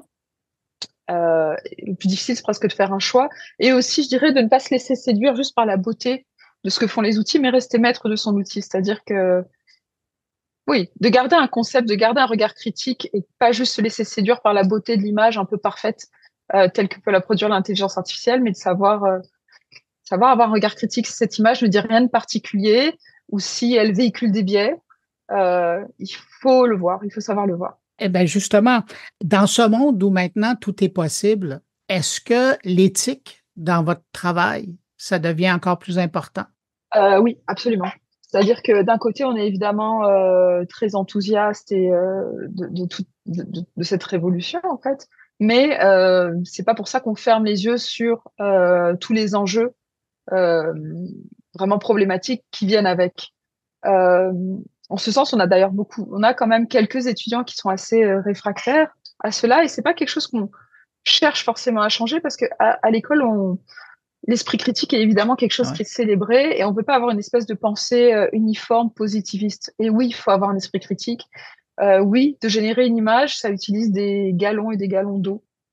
Il y a tout ce qui est la question du droit d'auteur. Il y a tout ce qui est la question de la dépendance excessive à la technologie. C'est-à-dire que si on apprend tous à utiliser, à générer des choses comme ça, est-ce qu'on sait encore les faire nous-mêmes? Et est-ce qu'au bout de quelques générations, ces savoir-faire ne vont pas se perdre, on ne va pas être complètement dépendant aux machines? Il y a les questions, comme on l'a dit, de biais dans la représentation et la création d'images. Il y a la tokenisation des minorités dont on parle moins. Mais par exemple, il faut en parler, la représentation artificielle et superficielle des groupes minoritaires, mais sachant qu'au final, aucun modèle n'a été payé pour être dans la campagne de tel magasin, par exemple, mais qui se donne une image d'inclusivité. Il y a quand même un petit problème à ce niveau-là. Donc, il y a une espèce de simulation de la diversité. Et puis, une dernière chose, il y en a plein d'autres, mais une dernière chose qui me tient à cœur aussi, dont on parle pas tant, il me semble, c'est la question de l'invisibilisation du travail humain et la déresponsabilisation qui vient avec. C'est-à-dire que on a l'impression que tout ça, c'est de l'intelligence artificielle, donc tout ça, c'est programmés, sont des algorithmes, mais il y a beaucoup d'humains en fait derrière qui enseignent à la machine, qui font ce qu'on appelle le crowdsourcing, c'est-à-dire des gens qui vont travailler dans des cybercafés, qui ont même pas leur propre station de travail, qui vont aller travailler à l'heure dans des cybercafés, faire de très longues heures pour nourrir l'intelligence, la reconnaissance artificielle. Il y a aussi le refroidissement des machines, encore une fois. Donc ça puise en eau dans des villes qui ont peut-être pas tant de ressources en eau pour ses habitants. Donc il y a toutes ces choses-là qui ne se voient pas. Donc ça, ce sont des choses, bien sûr, c'est très important que les enseignants, autant que les étudiants et étudiantes, soient lucides à ce sujet. Je vous écoute mentionner tous ces éléments-là, mais qu'est-ce qui fait que vous allez quand même de l'avant avec l'utilisation de ces outils-là, sachant tout ce que vous venez de mentionner? Oui. La première chose, c'est qu'on peut pas faire ça. C'est-à-dire que c'est des étudiants qui vont être sur le marché du travail, des diplômés qui vont être sur le marché du travail dans quelques temps. On va leur demander ça. Ce sera peut-être même un point d'ancrage pour eux quand ils vont se présenter à une agence. Ils vont avoir cette espèce de sang frais, ces connaissances, cette facilité à utiliser ces outils. Ils auront un avantage finalement par rapport peut-être à des gens qui ont de l'expérience sur autre chose. Donc déjà, il y a ce point-là. Et puis aussi, il y a le fait qu'il y a l'espoir qui quand même se concrétise à certains niveaux que certaines choses vont s'arranger, en tout cas être arrangées. Je prends l'exemple, par exemple, que je trouve assez formidable, de Getty Images, qui adresse cette question du droit d'auteur, par exemple en proposant un modèle qui est formé uniquement à partir du contenu sous licence Getty. C'est-à-dire que si nous rentrons une commande pour avoir une image, l'image qui sera générée, donc elle sera à notre goût exactement comme on la veut, mais elle ne sera formée qu'à partir de contenu Getty, et les photographes dont les images auront été utilisées seront rémunérés. Donc ça, je trouve que c'est quand même une avancée qui donne espoir. Alors évidemment, il y a encore tous les autres problèmes que j'ai cités qui ne sont pas du tout réglés. Mais voilà, ça montre qu'il y a des choses... on peut pas se permettre de prendre du retard là-dessus. Je le disais dans la présentation, du 18 au 20 septembre, vous organisez un colloque qui s'appelle Mutation ou Vol Design. Qu'est-ce que vous espérez faire avec ces 3 jours de rencontre? On va s'intéresser aux différents aspects. En fait, on va confronter la notion de design à plusieurs enjeux qui nous semblent contemporains. Donc, tout ce qui est design, engagement social, design et dématérialité, design et crise climatique, et enfin design et intelligence artificielle. Et puis, même si on lui dédie une séance entière, l'IA, c'est évidemment un enjeu qui va être évoqué à travers toutes les sessions de manière transversale. Par exemple, dans celle qui est dédiée au design et à l'environnement, on aura Sophie Pitalis qui nous parlera de la possibilité d'une culture de la transition appuyée par l'IA pour sensibiliser aux enjeux climatiques et encourager la créativité dans la conception de projets écologiques. On aura mon collègue Stéphane Vial de l'école de design qui s'intéresse lui aussi aux questions pédagogiques soulevées par les outils IA en design avec des questions de co-design qui sont rendues possibles par des objets encore une fois très démocratisés comme DALL-E. Donc en fait, ce colloque, je dirais que c'est l'occasion de regarder le potentiel de l'IA, mais encore une fois, comme je l'ai évoqué avec vous, sans se voiler la face sur les défis majeurs qui viennent avec elle. Donc d'ailleurs, on aura l'une de nos conférencières, Frédéric Kroupa, qui soulèvera les questions éthiques, sociales et environnementales liées à l'intégration croissance de l'IA dans le design, mais aussi comment celle-ci transforme les processus de création. Et puis enfin, nous aurons Anthony Mazur, qui proposera une alternative au débat très polarisé autour de l'IA. Et il va nous donner des outils pour dépasser la vision binaire de l'IA comme simplement remplacement humain. Parce que pour lui, le design pourrait révéler les angles morts des technologies et promouvoir des usages émancipateurs et citoyens. En terminant, vous soulignez avec ce colloque les 50 ans de l'école de design de l'UQAM. Je me demandais, à l'époque, il y a 50 ans, c'était pas vraiment mon sujet d'intérêt, l'école de design, parce que j'étais encore jeune et je n'allais pas là-dedans. Mais déjà, sur la place publique, on sentait que l'école de design et avec les professeurs qui étaient autour, marquait des points, faisait partie prenante de la société. Est-ce que vous avez l'impression que 50 ans plus tard, l'école de design est autant présente dans la société et dans les débats qui peuvent l'animer, qui la touchent? Oui, je dirais même plus que jamais. Déjà, je pense de par son positionnement, je pense que l'école se démarque, surtout dans le contexte francophone, par son approche novatrice et son intégration des technologies émergentes. Par exemple, en design graphique, on a choisi de renommer le programme design graphique et expérience visuelle pour faire écho à la variété on fait pas juste du design graphique, on fait des choses beaucoup plus larges en fait. On crée des expériences visuelles. On est vraiment dans une école qui embrasse la convergence du design et des technologies émergentes, notamment donc dans notre projet pédagogique comme on en parlait tout à l'heure, mais aussi dans les projets de recherche qui sont développés à l'école. Donc je pense que c'est pas exagéré de dire que l'école se positionne comme un leader dans la recherche-création et l'enseignement du design, grâce à l'intersection des nouvelles technologies. Donc, par exemple, je pense au projet Hypercodex que je co-dirige avec ma collègue Judith Poirier, la génération d'images vidéo par ma collègue Néliève Rajotte, qu'elle a présenté au Centre Phi tout récemment, les projets de Catherine Damour, Natura Natura, qui sont exposés à plusieurs endroits du Québec, ou Stéphane Vial, encore une fois, qui se sert de l'IA générative dans des projets à dimension plus sociale autour de la santé mentale. Donc, ça veut dire qu'on se trouve à la fois dans un réseau culturel, mais aussi dans un réseau très pratique, utilisable par tout le monde, qui concerne tout le monde. Et c'est un peu la beauté du design aussi, c'est que le design, qu'on le sache ou pas, tout le monde s'en sert en fait. C'est autour de nous. Et on vit dedans. Ouais. Oui, ouais. Tout a été conçu à un moment par quelqu'un. Et dont vos étudiants. Amandine, Alessandra, merci d'avoir pris de votre temps. Je rappelle, vous êtes professeur à l'école de design ici à l'UQAM et vous êtes co-organisatrice du colloque international qui se fait dans le cadre des 50 ans de l'école de design de l'UQAM. Je rappelle les dates 18, 19, 20 septembre 2024, c'est à Montréal. Si ça vous intéresse, vous cherchez sur le site de l'UQAM ou en utilisant Google, vous allez trouver l'information. Merci beaucoup. Au revoir. Merci beaucoup, Bruno. Au revoir.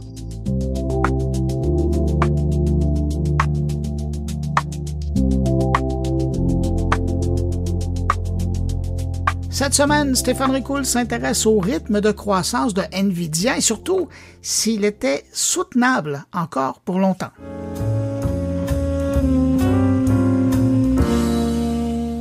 Avez-vous 5 $ sur vous, ou pas loin de vous, que vous pourriez me donner? Dans 5 ans, je vous le promets, je vais vous redonner 2759% de ce 5 $. Avoir pu voyager dans l'avenir début septembre 2020 et me rendre à début septembre 2024, c'est ce que j'aurais pu vous dire avec beaucoup d'assurance. Avoir pu voyager dans l'avenir, j'aurais investi dans NVIDIA. Mais si aujourd'hui, je pouvais me rendre en septembre 2029, est-ce que je ferais le même pari sur ce 5 $? Elle est la coqueluche des analystes, des boursicoteurs et des médias. Et pour cause, elle est quand même la seconde capitalisation boursière au monde, juste après Apple. Et justement, si tout le monde attend fébrilement chaque année la keynote de Apple avec un grand L et un grand A pour découvrir les nouveautés qui ont malgré tout pas mal toutes fuité des mois avant, c'est rendu la même frénésie pour Nvidia, mais à tous les trimestres, lors du dévoilement de ses résultats financiers. À tort ou à raison, et pour quelle raison d'ailleurs, c'est ce que je vais essayer de détricoter dans ce billet qui fait suite à celui dans lequel je me demandais si Nvidia pouvait crasher tout simplement. Mais avant, en tout bien tout honneur, reconnaissons s'il vous plaît le succès de cette entreprise. Il y a 25 ans, Nvidia avait un revenu journalier de 867 000 $. Il y a 20 ans, il était de 5,1 millions de dollars. Il y a 15 ans, 8,6 millions. 10 ans, 12,3 millions de dollars. 5 ans, 28,7 millions de dollars. 2 ans, 74,5 millions de dollars. Et aujourd'hui, à la fin de la journée, et demain un peu plus, Nvidia aura généré 333,8 millions de dollars. Une petite journée à la job, comme on dit. Néanmoins, on ressent présentement une certaine inquiétude sur les marchés en regard à l'intelligence artificielle. La question est sur toutes les lèvres, allons-nous voir une bulle IA éclater? Question légitime pour plusieurs raisons. D'une part, et c'est très simpliste comme raisonnement de ma part, je l'admets d'entrée de jeu, mais en même temps, il y a une bonne partie de vrai là-dedans dans celui-ci, c'est que le nombre d'URL finissant par .ai est certainement en croissance. Et on peut légitimement se demander s'il ne s'agirait pas plus de marketing que de réelle expression d'un besoin dans le milieu économique. Et je pense que non, bien sincèrement, avoir les gains grâce à l'IA qu'on observe chez mes clients, mais la question mérite tout de même d'être posée. D'autre part, jusqu'à tout récemment, tout le capital risque allait directement dans les poches de l'IA générative. Contrepartie à cela, le nombre de faillites de start-up aux États-Unis a augmenté de 60% l'an passé. Ça commençait à être un peu gênant quand même. Depuis, une certaine correction, on va appeler ça comme ça, a eu lieu, et si l'enthousiasme des entrepreneurs ne se dément toujours pas, il devient à présent évident que pour eux, ça demande quand même une certaine expertise que de développer des services réalisant des tâches complexes avec des IA. La hype est donc sans doute derrière nous, et nous entrons tranquillement dans le creux de la désillusion qui va quant à moi être très bref avant de retomber sur la pente de l'appropriation. Si la hype est derrière nous, la machine va commencer à se calmer et les tendances vont commencer à inverser leur courbe. C'est aussi ce que Nvidia anticipe en tablant sur un chiffre d'affaires de 32,5 milliards de dollars pour leur prochain trimestre et les estimations les plus hautes des analystes tablaient sur 37,9 milliards et une marge brute aux alentours de 75% et même de 71% pour le quatrième trimestre alors que les analystes tablaient sur 76,4%. Mais le chiffre le plus important quant à moi, c'est leur rythme de croissance séquentielle des ventes, qui, il y a un an, a cumulé à 87,8%, mais qui ne cesse de diminuer depuis. Ils viennent d'annoncer ce rythme à 16% pour le second trimestre, alors qu'il était déjà rendu à 22% seulement au premier trimestre. Et je dis seulement, mais je le mets entre guillemets. Dans les annonces du second trimestre, il y a eu aussi cette augmentation de 50 milliards de dollars de son autorisation de rachat d'actions. Soit ils croient en un avenir florissant pour eux, soit ils se protègent avec ça. Bon an, mal an, Nvidia rachète à chaque trimestre plus de 7 milliards d'actions, ce qui est tout à fait normal. Mais il ne leur restait plus qu'un autre maigre 7 milliards de dollars pour les prochains trimestres, alors 50 milliards, ils viennent de sécuriser 7 trimestres ou de se donner la possibilité d'accélérer le rachat d'actions. Mais les deux vraies questions qu'il faut se poser sont: quelle est la durabilité des dépenses en IA sur le long terme et le cycle d'adoption de l'IA va-t-il se poursuivre à ce rythme? Et on répond quoi à cela? Sur la durabilité des dépenses en IA, pour le moment, les entreprises faisant du profit grâce à l'IA sont plus rares que celles qui font des pertes. Est-ce normal? Oui, car on est malgré tout au début de cette histoire. Est-ce risqué? Oui, aussi, car ce sont surtout les startups qui investissent dans les IA avec des reins pas si solides que ça. Donc, cette durabilité des dépenses va dépendre de la profitabilité des entreprises que l'IA pourra générer et de la rapidité à laquelle elle va apparaître.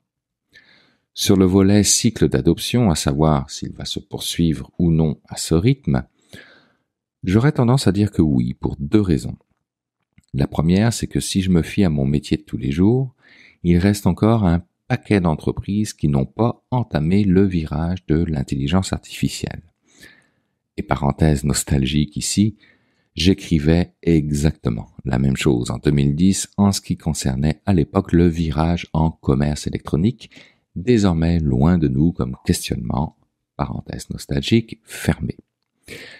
Et la deuxième raison, c'est que Nvidia ne cesse d'innover avec l'arrivée prochaine, retardée certes, mais prochaine quand même, de sa puce Blackwell de nouvelle génération, histoire de ne pas être dépassée par l'arrivée d'une certaine concurrence qui, elle, ne peut pas se permettre de laisser à Nvidia le luxe de maintenir à 80% sa part de marché. Une dynamique qui sera donc intéressante à suivre dans les prochains résultats trimestriels. Alors, pourquoi Nvidia est la firme chouchou des boursicoteurs? Pourquoi ces résultats financiers sont devenus les happenings les plus courus en ville? Au-delà de tout ce que je viens d'énoncer, il se passe quelque chose de vraiment intéressant sur le marché du travail qui peut faire partie d'une réponse potentielle. Avez-vous lu ou vu l'offre d'emploi chez Investissement PSP, celle de directeur ou directrice en chef, IA générative et environnement numérique, dans laquelle, et c'est là que c'est important, il est précisé que le rôle consiste à favoriser l'innovation et l'efficacité grâce à l'utilisation de technologies d'IA avancées, y compris prompt engineering et l'accélération de l'IA générative pour améliorer l'expérience et la productivité des employés. Eh bien, c'est ça. C'est ça que nos entreprises vont bâtir dans les prochaines années, même celles qui ne le savent pas encore. Elles vont bâtir une structure d'entreprise qui sera réfléchie en partie en fonction de ce que l'IA apporte de bien aux employés et in fine au bottom line. Comme à l'époque, quand l'électricité est arrivée dans les usines. C'est le pari excitant que les marchés boursiers font, c'est le pari excitant que je fais personnellement et qui fait que j'ai le couteau entre les dents quand il est question de proposer un angle IA à une entreprise cliente qui cherche à faire autrement, mieux ou plus.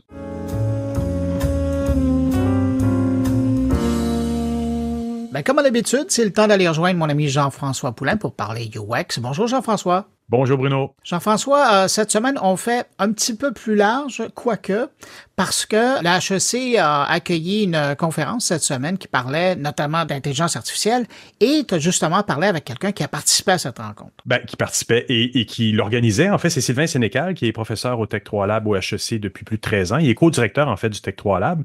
Et lui avait une partie de cette conférence-là le jeudi où il parlait de l'intelligence artificielle dans la vie quotidienne. Et Pierre Majoric-Léger, qu'on a aussi interviewé à plusieurs reprises, hein, c'est un invité récurrent sur le carnet, qui, lui, faisait l'intelligence artificielle dans les organisations. Et c'était les PhD, c'est les gens qui sont en train de, ou qui ont terminé leur doctorat, qui sont venus parler de leurs constatations, de ce qu'ils ont vu sur comment les gens s'habituent à ça. Puis on a parlé beaucoup dans l'entrevue de la confiance, du spectrum de confiance, hein, puis c'est vrai que c'est beaucoup ça qui va faire qu'on laisse aller toute confiance à un AI, comme les gens commencent à le faire beaucoup et peut-être un peu trop avec les voitures, où ils vont manger dans la voiture alors que c'est effectivement pas recommandé. On le sait que les AI sont pas encore complètement fiables, mais on laisse la voiture conduire et ça a donné des accidents aux États-Unis et parfois causant des morts. Donc, dans le spectrum de on n'a pas confiance et on a très confiance, il y a quelque chose là. Et bon, il y a d'autres présentations aussi là, qui ont été faites lors de cette présentation-là. Et les présentations vont être en ligne aussi là, dans les prochaines semaines. Donc, c'est à suivre. Ben écoute, entre-temps, on va écouter cette entrevue que tu as faite avec un des organisateurs. Et merci beaucoup pour cette rencontre-là, puis on se retrouve la semaine prochaine. Salut! Merci Bruno, à la semaine prochaine. Bonjour Sylvain, comment ça va? Bonjour Jean-François, ça va très bien. Alors, comme à chaque année, le Tech 3 Lab organise son événement, un événement de présentation des diplômés, des gens qui viennent de terminer leur doctorat. Puis cette année, votre sujet, c'est l'IA au quotidien, dans les organisations et dans la vie des gens ordinaires, mettons. Sur les organisations le 4 et sur la vie quotidienne avec toi le jeudi le 5. Exactement. Et donc, c'est des thèses de doctorat. Donc, qu'est-ce qui en est ressorti de tout ce beau travail-là qu'ils ont fait? Parce que ça adresse évidemment un sujet qui est super d'actualité. La semaine prochaine, il y a la grande conférence All-In aussi qui parle de ces sujets-là. Mais là, vous avez la chance d'avoir des gens qui se penchent sur le sujet pendant quand même un bon bout de temps. Quelles sont les grandes conclusions qui en ressortent?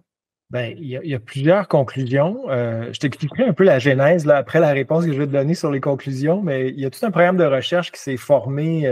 Puis là, c'est comme le point culminant, c'était ça, ces deux présentations-là, ces deux soirées-là.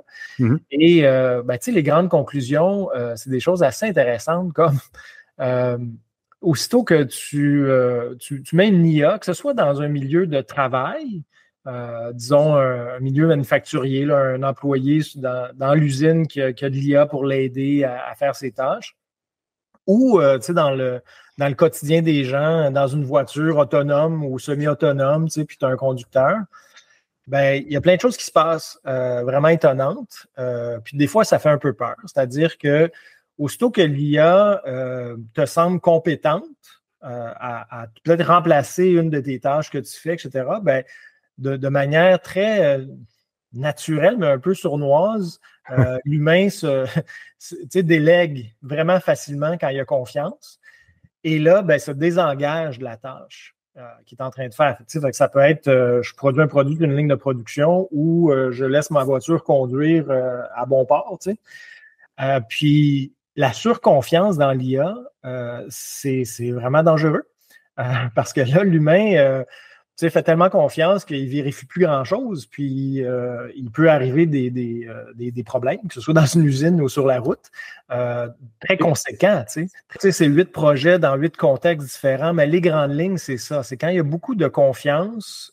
Au début, il peut y avoir pas de confiance, puis ils sont réticents à utiliser l'IA, mais aussitôt que la confiance embarque, là, c'est comme ça peut tomber rapidement dans la surconfiance.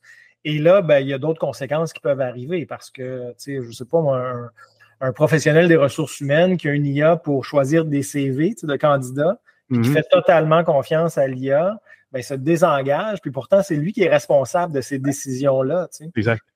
Fait qu'il y a des trucs qu'on découvre à travers les projets, comme par exemple, comment on fait pour avoir des équipes humains-IA qui travaillent ensemble, mais que l'humain ne soit pas sorti de la boucle, qu'il ne soit pas désengagé. Comment on peut le garder engagé? Puis dans les présentations qui ont été faites, ben, il y a justement des moyens comme ça pour garder l'humain engagé, même si l'IA est présente, pour être sûr que l'humain soit tout le temps, en anglais, on dirait on his toes, là, tout le temps prêt à interagir si jamais il y a quelque chose qui se passe, mais de pas complètement se désengager des tâches, même si l'IA fait une partie ou une grande partie des tâches. Parce qu'on est rendu ailleurs. Jacob Nielsen, dans un billet récent, si je ne m'abuse, que c'est lui qui a dit ça, qu'on peut comparer en ce moment pour nous, les UX, le fait que l'AI est quelque chose de similaire à ce que le mobile a amené dans les environs de 2009-2010, où on adaptait tout. C'était une nouvelle vague technologique, une nouvelle façon de voir les choses. C'est sûr que pour le UX, l'IA, c'est vraiment quelque chose, c'est un grand défi. Ouais. Justement à cause de ça. Parce que si tu compares, mettons, l'IA à Internet ou à l'électricité, ben, l'électricité et Internet, ça fait partie de notre quotidien, on n'y pense même plus. Exact. Là, on se parle via Internet, les lumières sont allumées, ça fait partie de notre quotidien, c'est même pas un souci, sauf quand il y a une panne. Puis là, on réalise à quel point on prend ça pour acquis. Mm-hmm. Mais ces technologies-là, dans le fond, ça nous permet de faire des tâches. Internet permet d'aller chercher beaucoup d'informations sur plein de sujets, etc.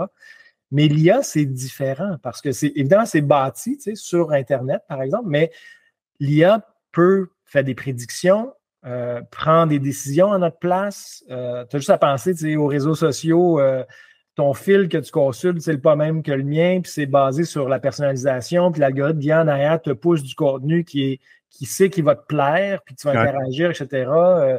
Les plateformes de streaming, la même chose. Il y a de l'IA dans bien des places, puis on s'en rend pas vraiment compte ou on l'accepte.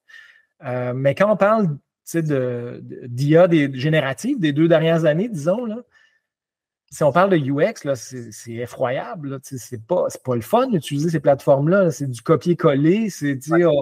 On ne trouve plus le prompt qu'on a utilisé il y a une semaine. Il est noyé dans un... C'est infernal. Il n'y a pas de bonne UX pour l'IA génératif encore.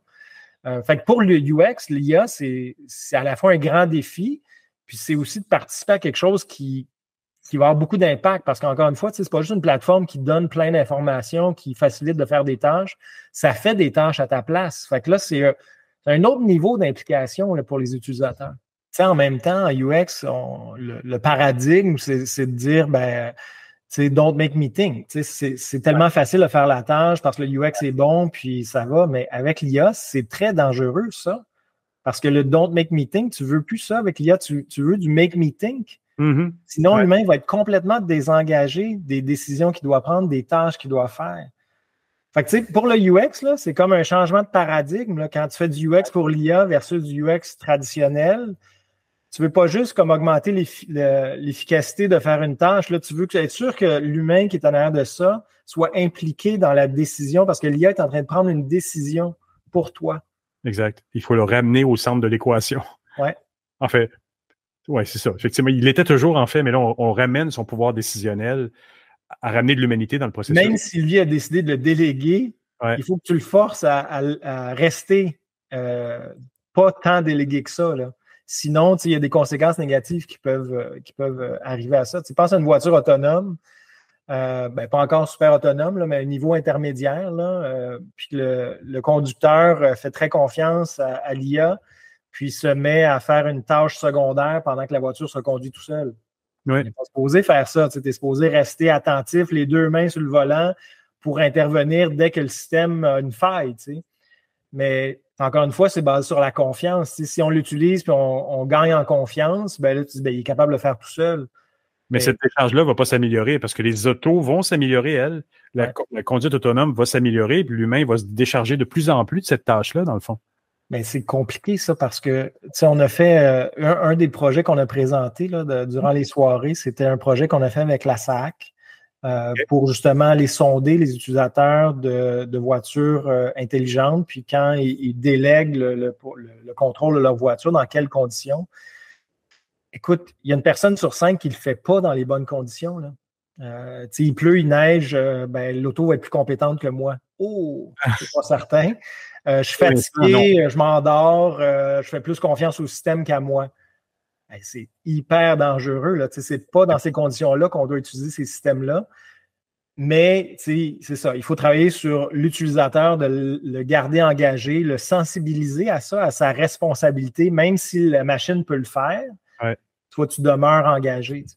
Une voiture, on s'entend, c'est pas comme si Netflix te recommande un film. Une mauvaise décision, ça n'a pas d'impact vraiment dans ta vie. À part d'avoir perdu un peu de temps, mais une voiture sur une route, en ville, etc., il y a d'autres humains là, alentour. Là. C'est dangereux pour l'utilisateur, c'est dangereux pour plein d'autres choses. Là.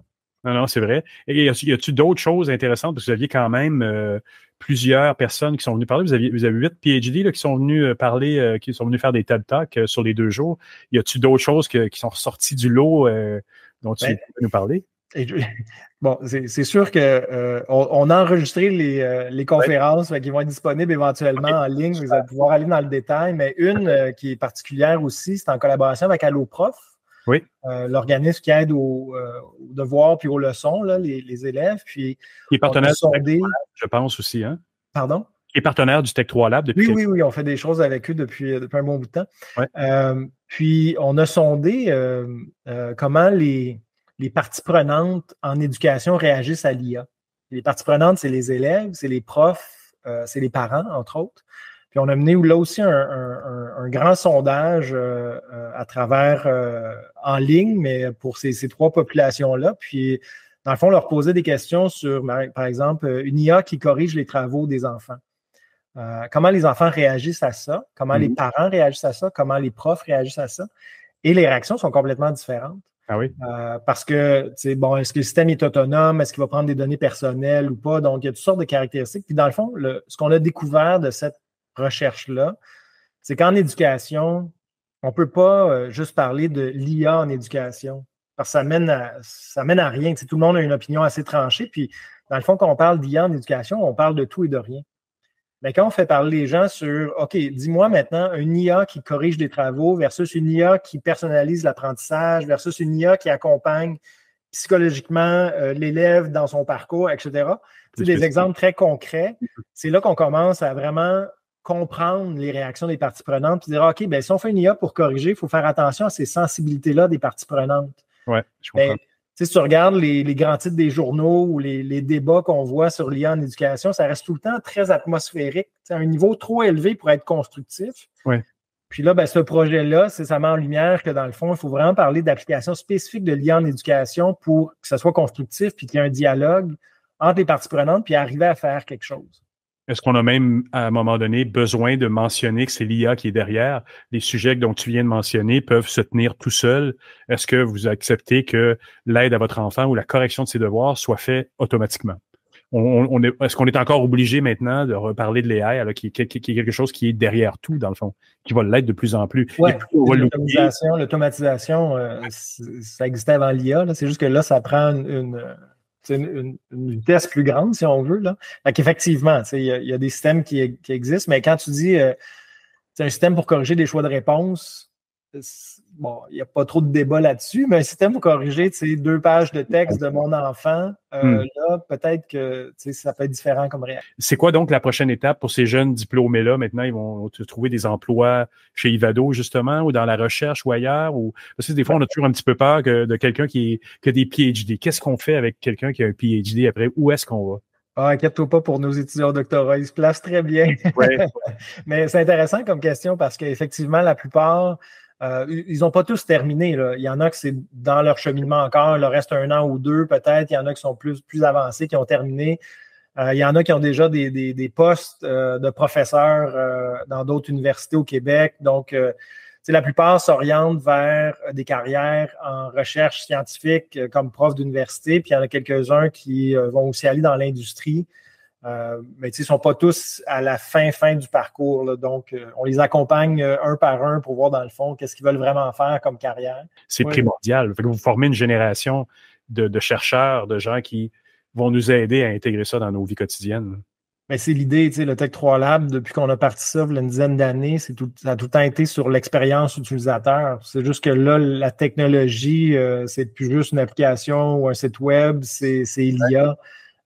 Intégré ou non dans ces choses-là, mais sinon à part entière. Puis ça reste, on veut comprendre comment l'utilisateur interagit avec cette technologie-là, donc l'IA, pour aider soit l'utilisateur à être bien formé ou aider les designers d'IA ou d'interface d'IA de bien faire les choses. Puis tu sais, ce que je te disais tantôt, de garder l'humain dans la boucle quand il utilise l'IA, ça a plein d'implications UX, là, puis c'est vraiment important que les firmes d'IA mettent le UX de l'avant. Sinon, ça ne va pas optimiser grand-chose. Là. Exact. Sylvain, j'aimerais te remercier beaucoup pour cette belle conversation aujourd'hui, puis on se revoit, je pense, votre prochain événement est le 8 novembre. 8 novembre, UXC, donc la conférence annuelle du Tech 3 Lab. Là, on va parler d'IA, mais on va parler de découvrabilité à un sens plus large. Ça va être le thème de l'année. Super. Merci vraiment beaucoup pour avoir été là aujourd'hui. Hey, ça fait plaisir. Salut Jean-François.